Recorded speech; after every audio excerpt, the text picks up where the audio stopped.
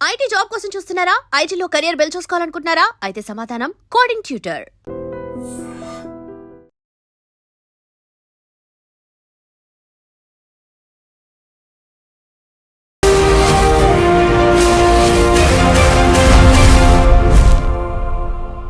నమస్తే, welcome to iDream social spotlight with Kavitha. Iran మీద America and Israel సంయుక్తంగా దాడి చేశాయి. సుప్రీం చీఫ్ ఖమేనీని అంతమొందించాయి. ఆ తర్వాత జరిగినటువంటి పరిణామాల్లో ప్రపంచం రెండుగా విడిపోయినటువంటి సిచ్యువేషన్ ఎందుకు కనిపిస్తోంది? ఆ తర్వాత చమురు, సహజ వాయువుల ధరలతో పాటుగా నిత్యావసర వస్తువుల ధరలు పెరుగుతాయనేటువంటి మాట ఎందుకని వినిపిస్తోంది? ఈ యుద్ధం అనేది మరో 3-4 వారాలు కంటిన్యూ అవ్వచ్చు అనేటువంటి మాట అమెరికా అధ్యక్షుడు డొనాల్డ్ ట్రంప్ ఎందుకు చెప్తున్నారు? మనతో పాటుగా ఉన్నారు foundation for democratic reforms founder doctor Jayaprakash Narayana గారు. సార్ నమస్తే. నమస్తే కవిత. సార్, ప్రతిసారి మనం ఏదో ఒక ఇష్యూ గురించి మాట్లాడుకుంటాం, అది మూడవ ప్రపంచ యుద్ధానికి దారి తీస్తుంది అనుకుంటాం. బట్ ఈసారి జరుగుతోంది, ఇరాన్ మీద రెండు దేశాలు యుద్ధాన్ని ప్రకటించాయి. అదొక క్లియర్ డివిజన్ లాగా కనిపిస్తోంది. సార్, ఇది ఎక్కడి దాకా వెళ్తుందని మీరు అనుకుంటున్నారు? ప్రపంచ యుద్ధం లాంటిది ఏమి ఉండదు, కానీ ఖచ్చితంగా ప్రపంచ ఆర్థిక వ్యవస్థ మీద దాని ప్రభావం ఉంటుంది. ఎందుకంటే ముడి చమురు గల్ఫ్ ఆఫ్ హార్మజ్ దగ్గర నుంచి దాదాపుగా 3వ వంతు ఉత్పత్తి అయ్యే ముడి చమురు అంతా అక్కడి నుంచి వస్తుంది. మరి అంత పెద్ద ఎత్తున ముడి చమురు రాకుండా ఆగిపోయింది అనుకోండి, ఒక్కసారిగా కొరత వస్తుంది, చమురు ధరలు బాగా పెరిగిపోతాయి. రెండోది, ఆర్థికంగా గత కొద్ది సంవత్సరాలు, గత 15 ఏళ్ళుగా మీరు చూసినట్టయితే అక్కడ అరేబియన్ దేశాలు, అరబ్ దేశాలు ఒకప్పుడు చాలా సాంప్రదాయబద్ధంగా ఛాందసంగా ఉన్న దేశాలు ఇప్పుడు ఆధునికీకరించి ఆధునిక ఆర్థిక వ్యవస్థలో భాగస్వాములైనారు. మరి చాలా సురక్షితంగా ఉంటుంది ఆ ప్రాంతం, ఆర్థికంగా పెరుగుతోంది, ఆధునికీకరణ జరుగుతోంది వివిధ రంగాల్లో అని చెప్పని నమ్ముతున్న సమయంలో ఈ గందరగోళం సహజంగానే ఆ ప్రాంతాల్లో దీర్ఘకాలంగా ఆర్థిక వ్యవస్థకి ఇబ్బంది కలగజేస్తుంది. మూడోది, విమానాలు ఆగిపోయినాయి. గల్ఫ్ ఎయిర్లైన్స్ అన్ని కూడా ఇప్పుడు ఎమిరేట్స్ కానీ లేకపోతే ఎతిహాద్ కానీ ఇవన్నీ కూడా చాలా ప్రముఖ పాత్ర వహిస్తున్న అంతర్జాతీయ రవాణాలు, అవన్నీ ఆగిపోయినాయి. మనలాంటి దేశాలకి 10 లక్షల మంది ఈ గల్ఫ్ దేశాల్లో అక్కడ ఉద్యోగాలు చేసుకుంటున్నారు. సహజంగానే చాలా ఆందోళన ఉంటుంది. భవిష్యత్తులో ఒకవేళ అక్కడ ఉన్న ఆర్థిక వ్యవస్థ అతృప్తమైనట్టయితే, అస్థిర పరిస్థితి వచ్చినట్టయితే మరి ఇలాంటి ఉద్యోగాల అవకాశాలు ఉంటాయా ఏమవుతాయని చెప్పిన ఆందోళన. కాబట్టి ఆర్థికంగా చాలా తీవ్రమైన ప్రభావం ఉండొచ్చు, ఎంతకాలం నడుస్తుందని బట్టి. అంతకు మించి ప్రపంచ యుద్ధం లాంటివన్నీ కూడా ఊరికి అతిశయోక్తులు, విషయం అర్థం కాకుండా మాట్లాడడం. సో ఎందుకని సార్ దానికి ఇంకో 3-4 వారాల పాటు కంటిన్యూ అవ్వచ్చు, మేము ఇప్పుడు ఆపదలుచుకోలేదు అనేటువంటి మాట ట్రంప్ ఎందుకంత గట్టిగా చెప్తున్నారు? ఎందుకంటే ఇరాన్లో ఉన్నటువంటి అయతొల్లాల రాజ్యం చాలా వీళ్ళనుకున్న రాజ్యం. ప్రజల్లో తీవ్ర వ్యతిరేకత ఉన్నది. దారుణ నియంతృత్వాన్ని, రంకృస్తత్వాన్ని చూపెట్టారు. ఓచకోత కోసారు సామాన్య జనాన్ని. ఆడపిల్లలు హిజాబ్ కప్పుకున్నప్పుడు కొద్దిగా జుట్టు కనిపిస్తోందని చెప్పిన అరెస్టులు చేసి చంపటము, దాని ప్రతిఘటన వస్తే వాళ్ళందరినీ జైలులో పెట్టడం, చంపడం చాలా దారుణంగా ప్రవర్తించారు. ఒక 2 నెలల క్రితమే దాదాపు 30,000 మంది దాకా ఓచకోతకు వచ్చారు వాళ్ళ ప్రజల్ని. సరే, గత 30-40 ఏళ్ల విధానాలు చూసినట్టయితే దేశ ప్రజల ఆర్థిక భద్రత, వాళ్ళకి సంపద పెంచటము, వాళ్ళ జీవితాల ఆనందాన్ని పెంచటము, ఇవన్నీ పక్కన పెట్టేసి అంతర్జాతీయంగా టెర్రరిజాన్ని పెంచటము, ప్రపంచాన్ని భయభ్రాంతులు చేయడం కోసం అణుబాంబులు తీసుకురావడము, ఇజ్రాయెల్ని అంతం చేయడమే లక్ష్యంగా భావించటము, అమెరికా చావుని ప్రతిరోజు కోరుకోవటము, చాలా విపరీత ధోరణి ప్రదర్శించారు. కాబట్టి దేశంలో ప్రజల్లో మద్దతు లేదు, కానీ వీళ్ళకి ఆయుధ సంపత్తి ఉన్నది, బలమైన సంఘటిత శక్తి ఉన్నది. అక్కడ అధికారంలో ఉన్న వాళ్ళకి, రెవల్యూషనరీ గార్డ్స్కి కానీ లేకపోతే ఈ ముల్లాలకు కానీ అక్కడ ఆర్థిక సంబంధాలు, దేశ ఆర్థిక వ్యవస్థ అంతా వాళ్ళ గుప్పెట్లో ఉన్నది. అంచేత వాళ్ళని తొలగించడం, అందులో బయట నుంచి సైన్యం వెళ్లకుండా, అక్కడ ఆక్రమించుకోకుండా భూభాగాన్ని, అది తొలగించడం అంత తేలికైన విషయం కాదు. ట్రంప్ ఏమిటంటే, ట్రంప్ కానీ ఇజ్రాయెల్ కానీ సైన్యాన్ని పంపించకుండా, అక్కడ కూరుకుపోకుండా అమెరికా అక్కడ ఏదో రకంగా ప్రభుత్వాన్ని మార్చాలని, అదంత తేలిక జరిగే పని కాదు. కానీ ఈలోగా సైనిక ప్రజలను నెరవేరుతాయి. ఉదాహరణకి అణ్వాయుధాల వ్యాప్తిని అరికట్టడం కోసం గతంలోనే దాడి చేశారు కొద్ది నెలల క్రితం, ఇప్పుడు మరింత దాడులు జరుగుతాయి. అట్లాగే మిసైల్స్, క్షిపణులు చాలా పెద్ద ఎత్తున తయారు చేస్తుంది ఇరాన్, ప్రపంచాన్ని భయపెడుతుంది. ఇప్పుడు చూసాం 9 దేశాల మీద ఈ క్షిపణులు పంపించారు. ఆ మిసైల్స్ దాదాపు అంతం చేయాలి, మిసైల్స్ కానీ డ్రోన్స్ కానీ. ఇరాన్ ఇక భవిష్యత్తులో ఇతర దేశాలకి ప్రమాదంలో రాకుండా ఉండేట్టు చేయాలి. తర్వాత టెర్రరిజానికి ఊతం ఇస్తాం. 4 టెర్రరిస్ట్ దళాలని పెద్ద ఎత్తున మోహరించి వాళ్ళకి ఒక ఒక కొన్ని దేశాల సైన్యంతో పాటుగా ఆ స్థాయిలో వాళ్ళకి ఆయుధాలను సమకూర్చి ఆ గర్భ ప్రాంతాన్ని భయభ్రాంతుల్ని చేశారు.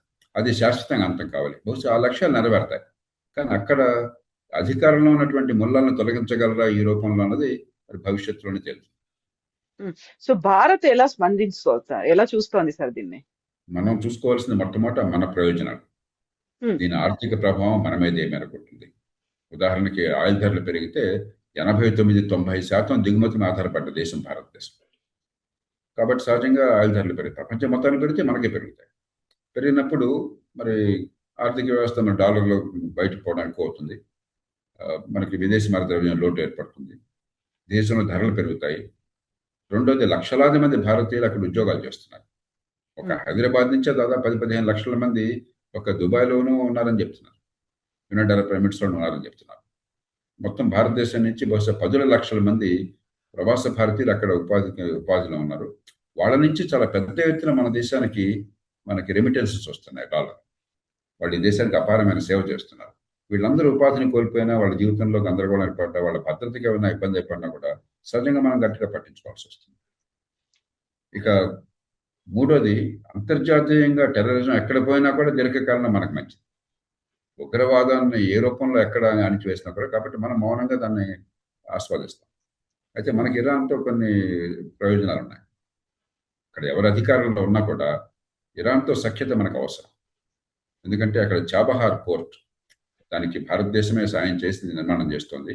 దీర్ఘకాలంలో అక్కడ ప్రభుత్వం ఉన్నా కూడా సంబంధాలు కొనసాగటం మనకు అవసరం. చైనా పలుకుబడిని కొంతమేరకన్నా అక్కడ నిలవరించాలన్నా, పాకిస్తాన్ మీద రోజు కయానికి కాలుదూరుతుంది. కాబట్టి రెండో పక్క నుంచి మరి పాకిస్తాన్ నిర్వహించాలన్నా కూడా మనకు అక్కడ ఇరాన్తో సంబంధాలు మనకు చాలా అవసరం. కాబట్టి ఆ సంబంధాలు కొనసాగించడానికి ప్రయత్నం చేస్తాం. అదే సమయంలో అంతర్జాతీయ సమాజం ఇవాళ అమెరికా నాయకత్వంలో ఏదైతే గట్టిగా ఇరాన్ నిర్వహించే ప్రయత్నం చేస్తుందో మనం మౌనంగా ఊరుకుంటాం. చైనా లాంటి దేశం కూడా ఇరాన్కి చాలా మిత్ర దేశం. ఊరికే ఒక మొక్కుబడిగా ఒక స్టేట్మెంట్ చూడుకున్నారు, కానీ వాళ్ళేమీ ఇరాన్ని సమర్థించాలి, పక్కన ఉండాలని కోరుకోవట్లేదు.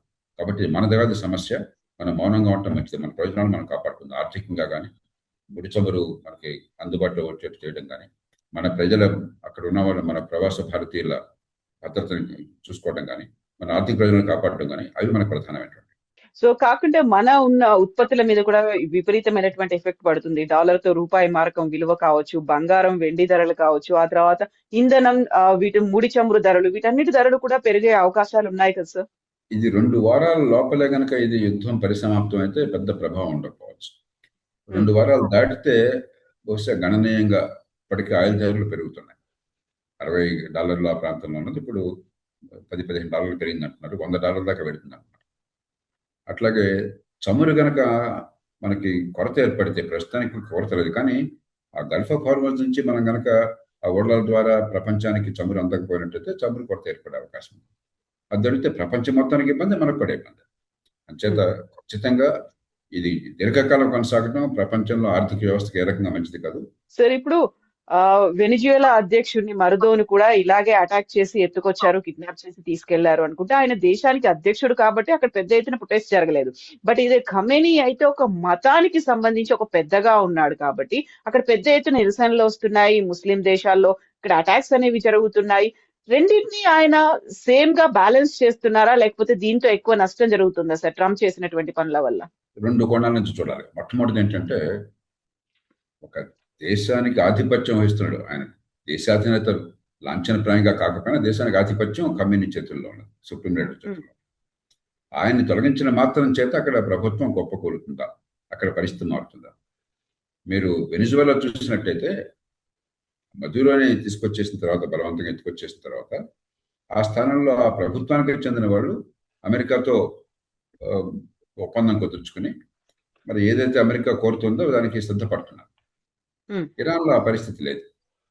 ఒక మనిషి పోయిన మాత్రం చేత ఆ రెజీమ్, ఆ పాలనా వ్యవస్థ పోల. కాబట్టి ఇరాన్కి వెనిజువేలాకి ఒక మౌలికమైన తేడా ఉన్నది.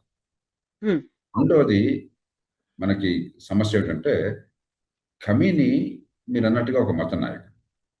అందున ఈ షియా మతంలో, షియా మతం దాని పుట్టుకే మార్టిరిజం. అంటే ఇస్లాం చరిత్ర తెలిసిన వాళ్ళకి అర్థమవుతుంది. నాకు పెద్దగా దానిలో లోతైన పరిజ్ఞానం లేదు. కానీ ఆ పుట్టుకే ఒక మార్టిరిజం వల్ల వచ్చింది. ఒక త్యాగాల వల్ల. మరి ఆనాటి పరిస్థితుల్లో ఆ మార్టిరిజం నుంచి వచ్చింది. కాబట్టి షియా మతంలో ప్రాణాలు కోల్పోవటం తాను నమ్మిన లక్ష్యాల కోసం చాలా గొప్పదిగా భావిస్తారు. ఆయన ఆ మతానికి పోపు లాంటి వాడు. ఎందుకంటే ప్రపంచంలో అతిపెద్ద షియా జనాభా ఉన్నది మీకు ఇరాన్లో. దాదాపు 90% పైగా షియాలు ఉన్నారు. ఆ దేశంలో జనాభాలో 90%. ఆ తర్వాత షియాలు చాలా ఎక్కువగా ఉన్నటువంటి దేశాలు భారతదేశము, పాకిస్తాన్, ఈ 2 కీలకమైన దేశాలు, ఇరాక్లో కూడా షియా మెజారిటీ ఉన్నది. భారత్, పాకిస్తాన్లో గణనీయంగా ఉన్నారు. ఎందుకంటే ఇక్కడ ముస్లింల సంఖ్య చాలా ఎక్కువ ఉంది కాబట్టి పాకిస్తాన్లో బహుశా 2.5 కోట్ల మంది ఉన్నారు, 2 కోట్ల మంది ఉన్నారు. భారతదేశంలో దాదాపు 2 కోట్ల మంది ఉన్నారు. ఇరాక్లో బహుశా 2 కోట్ల మంది ఉన్నారు. కాబట్టి సహజంగానే కొందరు షియాలలో కొంత ప్రతిఘటన వస్తుంది. అయితే ప్రపంచం అదృష్టం కానివ్వండి, లేకపోతే అక్కడ నాయకత్వం ఇరాన్లో చేసిన వ్యూహాత్మక పొరపాటు కానివ్వండి, వాళ్ళు దీన్ని ముస్లిం ఇతరుల సమస్యగా చిత్రించాలి. ముస్లింల మీద దాడి ప్రారంభించారు. అక్కడ 9 దేశాల మీద, అన్ని అరబ్ దేశాలు ముస్లిం దేశాలు, కానీ సున్నీ ముస్లిమ్స్ వాళ్ళంతా కూడా. వాటిలో ఖటార్ మరి 1-2 దేశాలు, బహ్రెయిన్ మళ్ళీ షియా ముస్లిమ్స్ ఉన్నారు. అయినా కూడా వీటన్నిటి దేశాల మీద కూడా వీళ్ళు దాడులు జరిపారు. అమెరికాకి మిత్ర దేశం అని చెప్పిన, ప్రపంచాన్ని భయభ్రాంతం చేయాలని చెప్పిన చేశారు. దాంతో ఏమైంది, ముస్లిం సమాజంలో అత్యధికులు వ్యతిరేకిస్తున్నారు. అలా కాకుండా ముస్లింలంతా కూడా రోడ్ల మీదకి వచ్చి అరబ్ దేశాల్లో ఇదంతా మతం విషయంగా తీసుకున్నట్లయితే బహుశా ప్రపంచానికి చాలా ఇబ్బంది కలిగేది. ఆ ఇబ్బంది లేకుండా, కానీ ఖచ్చితంగా కొంతమంది షియాలకి కొన్ని చోట్ల మనస్తాపం కలుగుతుంది. శాంతియుతంగా వారి నిరసన చెప్పే హక్కు వారికి ఉన్నది. పాకిస్తాన్లో ఇప్పటికే అమెరికన్ దౌత్య కార్యాలయం మీద దాడి చేసే ప్రయత్నం చేస్తే 9 మంది పాకిస్తాన్ సైనికులు కాల్పుల్లో చంపేశారని చెప్పిన వార్తలు వచ్చినాయి. మన దేశంలో ఆ ఇబ్బంది ఉండదు. ఎందుకంటే శాంతియుతమైనటువంటి వారి నిరసనకి మన ప్రభుత్వం అడ్డు చెప్పదు. మనకేమి ఈ మతమా, ఈ మరో మతమా, షియాల సున్నిల మనకు కాలేదు, అందరినీ గౌరవంగా చూస్తామని. కాబట్టి మనకు ఇబ్బంది ఉండదు. వారి భావాలను వారు ప్రకటించుకునేవాడు. బట్ రష్యా, చైనా స్ట్రాటజీ ఏంటి సార్? ఒక స్ట్రాటజిక్ గా వాళ్ళు సైలెంట్ గా ఉన్నారు, ఒక రకంగా దీన్ని వ్యతిరేకిస్తున్నారు అనేది. ఒక బ్రిటన్ కావచ్చు, లేకపోతే అక్కడ ఉన్నటువంటి యూరోపియన్ దేశాలు మాత్రం అనివార్యంగా అమెరికాకు మద్దతు ఇవ్వక తప్పని పరిస్థితి వచ్చింది అనేది ఎలా చూస్తున్నాయి సార్ అసలు ప్రపంచ దేశాలు? ప్రపంచంలో ఏ దేశానికి కూడా అయతుల్లా ఖమేనీ చేసిన చర్యలు కానీ, అక్కడ సాగించిన దమనకాండ కానీ, అంతర్జాతీయంగా టెర్రరిస్ట్ బృందాలను పెంచి ప్రోత్సహించి ఒక సైన్యంలాగా వాళ్ళకి ఆయుధ సంపద సమకూర్చడం కానీ దానికి ఎవరు అనుకూలంగా లేదు. కేవలం వ్యూహాత్మకంగా అమెరికాతో పోటీ పడుతున్న దేశాలు కాబట్టి, ముఖ్యంగా చైనా, అమెరికా బలహీన పడితే, అమెరికా ఇలాంటి యుద్ధాల్లో కూరుకుపోతే, అమెరికా దృష్టి చైనాతో పోటీ మీద కాకుండా ఇలాంటి వాటి మీద అంటే మనకు బాగుంటుందన్న భావన తప్ప ఇరాన్లో ఉన్న అయతుల్లాల మీద మమకారం వీళ్ళ బరికి లేదు. ఎందుకంటే వాళ్ళు చేసిన చాలా చాలా దారుణమైన, దేశం లోపల కానీ దేశం బయట కానీ. వాళ్ళ దేశ ఆర్థిక వ్యవస్థను పెంచుకుని, దేశంలో ప్రజల సౌకర్యాలు, సంపద పెంచుకుని దేశాన్ని బలోపేతం చేస్తే ప్రపంచంలో గౌరవం ఉండేది. అలా కాకుండా దేశంలోనేమో ప్రజల్ని దమనకాండ, క్రూరంగా అణిచివేయటం, దేశం బయట అందరినీ భయభ్రాంతులు చేయటం, టెర్రరిజం ఉద్యమాన్ని తీసుకొచ్చి. కాబట్టి వ్యూహాత్మకంగా అమెరికాని ఇబ్బంది పెట్టాలని చెప్పని ఇరాన్కి మద్దతు ప్రకటించడం తప్ప అప్పుడప్పుడు వీళ్ళెవ్వరికీ కూడా ఈ ప్రభుత్వం అంటే సానుభూతి లేదు. వీళ్ళు పోతే వాళ్ళు కన్నీళ్లు కార్చేవాళ్ళు కాదు. తర్వాత ఏమవుతుందని చెప్పిన విషయంలో ఎవరి వ్యూహాలు వాళ్ళకుంటాయి. అందుకనే ఏ దేశము కూడా ఇరాన్కి మద్దతుగా మాటలు కొట్టిన సందర్భాల్లో చెప్పచ్చు, అంతకుమించి పెద్దగా దీని గురించి ఏమంటారు. ఇజ్రాయెల్ ఎందుకని సార్ అంత పట్టుబట్టింది, అమెరికాను కూడా ఒప్పించింది, దీని మీద అటాక్ చేయించింది, అది కూడా డే టైంలో, ఎవరు ఎక్స్పెక్ట్ చేయనట్టుగా నైట్ టైంలో కాకుండా అంత టార్గెటెడ్ గా ఎలా చేయగలిగారు సార్? 1979లో అప్పుడు షా దిగిపోవాల్సి వచ్చింది. ఒక విప్లవం వచ్చింది, ఇరానియన్ రెవల్యూషన్ అంటారు. ఎట్లా వచ్చింది? షా అహ్మద్ రేజా పల్లవి, ఆ చక్రవర్తి ఆధునికీకరణ చేస్తున్నాడు. వేగంగా మౌలిక సదుపాయాలు పెంచడం, మతమార్జం నుంచి సమాజాన్ని బయటికి తీసుకురావడం, ఆర్థిక ప్రగతికి బాటలు వేయటం, టెక్నాలజీని తీసుకురావడం. సరే, ఒక నియంతృత్వం ఉన్నది, అట్లాగే రాచరికం ఉంది. రాచరికం, నియంతృత్వం ఉన్నప్పుడు సహజంగానే తప్పులు జరుగుతాయి. అవేం లేకుండా ప్రజాస్వామ్యంలో చాలా తప్పులు జరుగుతున్నాయి, అవినీతి కానీ మరొకటి కానీ. కానీ ఆధునికీకరణ చేస్తున్నారు. సమాజంలో ఎప్పుడైనా ఆధునికీకరణ జరిగినప్పుడు కొంత వ్యతిరేకత వస్తుంది. మన దేశంలో కూడా మీకు గుర్తుండే ఉంటుంది. 1991లో వచ్చినప్పుడు చాలా వామపక్షవాదులు వాళ్ళంతా కూడా ప్రపంచం అంతా మునిగిపోతుంది, మన దేశం అంతా వలస దేశం అయిపోతుంది, మరి ఈ దేశంలో పేదలందరికీ అన్యాయం జరిగిపోతుంది చెప్పి చాలా ఉద్యమాలు చేశారు, చాలా వ్యతిరేకం చేశారు. అవన్నీ వాస్తవం కాదని తేలిన తర్వాత, కానీ ఆనాడు పివి నరసింహరావు గారు చాలా సౌమ్యంగా వ్యవహరించి, ఏం లేదయ్యా ఉన్నది కొనసాగిస్తున్నాం అంతే అని చెప్పని, అలాగే ఆ తర్వాత వాజ్పేయి గారు వీళ్ళు కన్సెన్సస్ ఏకాభిప్రాయ సాధన కోసం ప్రయత్నం చేసి ఊరికే విపరీతంగా స్పందించకుండా ప్రజల్లో సామరస్యాన్ని తీసుకొచ్చారు. అక్కడ ఏమైంది, ఇరాన్లో ఆనాడు మీకు ప్రజల్లో నిరసన వస్తే దాన్ని సొమ్ము చేసుకునేటువంటి ఒక మామూలు ప్రతిపక్షం కరువైంది అక్కడ. అక్కడ మనం అనుకున్న ప్రజాస్వామ్యం కాకపోయినా ఓటింగు, ఎన్నికల ద్వారా పార్లమెంట్ మజ్లిస్ అంటారు అది ఉన్నది. కానీ అవి ఏమైందంటే 1951లో మొసాడెక్ అని చెప్పిన ఒక ఆయన అధికారంలోకి వచ్చాడు ఎన్నికల ద్వారా. అధికారంలోకి వస్తే ఆయన అక్కడ ఉన్నటువంటి ఆయిల్ కంపెనీని జాతీయకరణ చేశాడు. అది పూర్తిగా బ్రిటన్ చేతుల్లో ఉంది.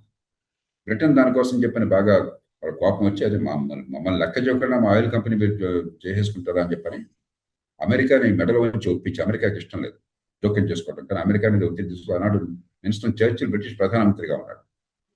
ఆయన అమెరికా మీద గట్టిగా ఒత్తిడి తీసుకొచ్చి బ్రిటన్, అమెరికాలో సిఐఏ, బ్రిటన్లో ఉన్న MI6 ఇద్దరు కలిసి అక్కడ దేశంలో ఒక అనవసరమైనటువంటి వివాదాన్ని సృష్టించి ప్రజల అపోహలను పెంచి షా మీద ఒత్తిడి తీసుకొచ్చి, షాకి ఇష్టం లేకపోయినా కూడా బలవంతంగా ఈ మొసడ్డగ్ని పదవి నుంచి పంపించేశారు. అది జరగలేదనుకోండి, ప్రతిపక్షం బలమైనది, గొంతిచ్చేది ఉందనుకోండి, విశ్వసనీయత ఉన్నది, ఏమయ్యేది, ప్రజల ప్రతిఘటనను సొమ్ము చేసుకోవడం కోసం వాళ్ళు వచ్చిండేవాళ్ళు, బాగుండేది. అది ఎప్పుడైతే లేకుండా పోయిందో షా మీద ఉన్న వ్యతిరేకత అంతా కూడా మతతత్వవాదులకు పోయింది. ఎందుకంటే మతాన్ని ఎవరో కూడా పెద్దగా అదుపు చేయరు. రాజకీయంలో పెద్దగా జోక్యం చేసుకున్నంత కాలం ఏ మతమైనా మీ మతం మీరు చూసుకోవాలని చెప్పంటాం. ఏది మతంతో గొడవ పెట్టుకోవడం ఎందుకు? మీరు సోవియట్ యూనియన్లో కమ్యూనిజం ఉన్నప్పుడైనా అంతే, లేకపోతే నియంతృత్వం హిట్లర్ లాంటి వాడు నియంత్రణ ఉన్నప్పుడు కూడా చర్చి మీద పెద్ద దాడులు చేయాలి. కాబట్టి అక్కడ అవకాశం దొరికింది కాబట్టి అది ప్రతిపక్షం వైపు కూర్చున్నారు. ఆ రకంగా అధికారంలోకి వచ్చారు. సరే వచ్చారు, షాని దింపేశారు, విప్లవం వచ్చింది, ప్రజలతో మద్దతు పలికారు షా మీద కోపంతో. అప్పుడు దేశం గురించి ఆలోచించి, దేశ ప్రజల గురించి ఆలోచించి, కొంత మేరకు మతాన్ని తీసుకొచ్చినప్పుడు ప్రజల గురించి ఆలోచిస్తే పరిస్థితి ఒక రకంగా ఉండేది. దేశం లోపలేమో పూర్తిగా కరడుగట్టినటువంటి ఇస్లాం. ఇరాన్ చాలా ఆధునిక దేశం, చాలా నాగరికత ఉన్న దేశం. 2500 సంవత్సరాల క్రితమే అక్కడ ఈ పర్షియన్ ఎంపైర్ చాలా ప్రముఖమైనటువంటి, ఆ పర్షియన్ ఎంపైర్ మీద వాళ్ళ మీద గెలిచి డేరియస్ మీద గెలిచి అలెగ్జాండర్ అంత ప్రఖ్యాతుడైనాడు. అంత చరిత్ర ఉన్న దేశం, ఆధునికత ఉన్న దేశం. ఆ దేశంలో మత ఛాందసాన్ని తీసుకొచ్చి ప్రజలు అణిచేయడం, దేశం లోపల ప్రజలు ఆర్థిక స్థితిగతులు కాకుండా ఈ ఇస్లాం తీసుకురావడం బలంగాను, దేశం బయట ఉగ్రవాదాన్ని ప్రోత్సహించి death to Israel, death to America వాడి నినాదాలు ప్రతిరోజు మొట్టమొదటి నుంచి death to Israel, death to America. అసలు ఇజ్రాయెల్ అనే దేశంగా ఉండడానికి వీల్లేదు. ప్రపంచంలో ఎవరు అలా వాదించాలి? ఇప్పుడు పాలస్తీనియన్లకి వాళ్ళ భూమి కావాలి, వాళ్ళ రాజ్యం కావాలి, 2 రాజ్యాలు ఉండాలని చెప్పని ప్రపంచం అంతా కోరుతుంది, భారతదేశంతో సహా. అమెరికా కోరుతుంది, ఇజ్రాయెల్ కూడా ప్రభుత్వాలు కోరిన ఈ మధ్య దాకా. అది వేరు. అసలు ఇజ్రాయెలే ఉండకూడదు, సముద్రంలోకి తోసేయాలి, అక్కడ దేశం అనేది ఉండకూడదు అని అణుబాంబులు తీసుకొచ్చి ఆ దేశాన్ని భస్మం పట్టడం చేస్తాం. Death to Israel, death to America. మరి ఎలా సహిస్తారు వాళ్ళు? కాబట్టి ఇజ్రాయెల్ దృష్టిలో ఇది ఎగ్జిస్టెన్షియల్ క్రైసిస్ అంటారంటే మన దేశం ఉనికికే ప్రమాదం. ఇదో యుద్ధమో మన మీద అప్పుడప్పుడు దాడులు చేయడం కాదు, మన దేశం బతికొండాలా లేదనడానికి ఇది ప్రమాదంగా ఇరాన్ పరిణమిస్తుంది వాళ్ళ దృష్టిలో. సహజంగానే ఎప్పుడు అవకాశం వచ్చినా కూడా వీళ్ళని దెబ్బ కొట్టాలని ప్రయత్నం చేస్తారు. అందున అణ్వాయుధాలను సమకూర్చుకుని పూర్తిగా ఇజ్రాయెల్ని భస్మం పట్టడం చేస్తామని చెప్పని ఆ పూనుకున్నప్పుడు పొరపాటున అణ్వాయుధాలు వచ్చేసి లేకపోతే ఆటం బాంబులు కనుక ఇజ్రాయెల్ మీద పంపించగలిగారనుకోండి, ఆ దేశం సర్వనాశనం అవుతుంది. ఇజ్రాయెల్ మొత్తం కలిపితే 22,000 చదరపు కిలోమీటర్లు. అంటే మన దేశంలో పాత జిల్లాలు ఉన్నాయే, ఇప్పుడు చాలా జిల్లాలు వచ్చినాయి ఆంధ్రప్రదేశ్, తెలంగాణలో. పాత జిల్లాలు ఉన్నాయే దాదాపు ఒక 2 జిల్లాలకు సమానం, లేకపోతే 1.5 జిల్లాలకు సమానం. అంతే భూభాగం ఉన్నది. అక్కడ 4 బాంబులు వేస్తే, అణుబాంబులు వేస్తే మొత్తం దేశం అంతా అయిపోయింది. అంచేత ఇజ్రాయెల్కి ఇది జీవన్మరణ సమస్య. సో ఇప్పుడు అనుకున్నదైతే సాధించింది ఇజ్రాయెల్ కావచ్చు, అమెరికా కావచ్చు. వాట్ నెక్స్ట్ అంటే డొనాల్డ్ ట్రంప్ అయితే ఒక మాట అంటున్నారు, నెక్స్ట్ ఎవరు అధ్యక్షుడు అవుతారో, ఇరాన్ ని పాలించేది ఎవరో మేమే డిసైడ్ చేస్తాము అనేది. అది నిజంగా జరుగుతుందంటారు సార్? ఆయన ఏంటంటే వెనిజువేలా అనుభవాన్ని బట్టి ఇక్కడ ఇరాన్లో అని అనుకుంటే అది పొరపాటు అవుతుంది. ఇది చాలా వేళ్ళూనుకున్నటువంటి పాలనా వ్యవస్థ ఈ ముల్లాలది. వాళ్ళకి వాళ్ళ సైన్యంలో ఇరానియన్ రెవల్యూషనరీ గార్డ్ అంటారు, అలాగే పోలీస్ యంత్రాంగంలో, ముల్లాల్లో చాలా బలమైన పట్టు. కొన్ని లక్షల కుటుంబాలు దీని మీద ఆధారపడుతున్నాయి. ఆర్థికంగా దేశం మొత్తాన్ని కూడా వాళ్ళ చేతుల్లో పెట్టారు. మరి ఆయుధాలన్నీ వీళ్ళ చేతుల్లో ఉన్నాయి. వీళ్ళకి వ్యతిరేకంగా మీకు ఒక ఆర్గనైజ్డ్ ప్రతిపక్షం అనేది లేదు. ఎందుకంటే అలాంటి ఆర్గనైజేషన్ వాళ్ళు సహించరు. ఇప్పుడు వెనిజువేలా ఉందనుకోండి, ఎన్నికలు జరిగినప్పుడు ఎన్నికల్లో ప్రతిపక్షాలు గెలిచినప్పుడు వాడు గెలవలేదని అబద్ధాలు ఆడేసి అంతా రిగ్గింగ్ చేసి గందరగోళం చేసేసి గెలిచిన ప్రకటించుకున్నారు. కానీ ఒక ఆర్గనైజ్డ్గా ఒక పార్టీలు ఉన్నాయి, సంస్థ ఉంది, ప్రజలు దానికి మద్దతును స్పష్టంగా పలికారు. ఇక్కడ ప్రజల మనసుల్లో మద్దతు ఉన్నా కూడా ఒక ఆర్గనైజేషన్ లేదు ప్రతిపక్షానికి. ఆయుధాలు లేవు. ఆయుధాలన్నీ కూడా ప్రభుత్వం చేతుల్లో ఉన్నాయి. వాళ్ళేమో అమాయకులను ఓచుకోవడానికి సిద్ధంగా ఉన్నారు. అంచేత వీళ్ళు పోగానే వాళ్ళు వస్తారని నాకు తేలిక కాదు.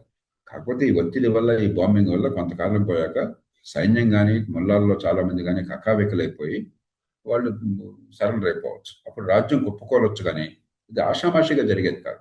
ఒకవేళ రాజ్యం కుప్పకూలినా కూడా ఆ స్థానంలో రావడానికి ఎవరు సిద్ధంగా అక్కడ లేరు. ఒక ప్రత్యామ్నాయం సిద్ధంగా లేదు.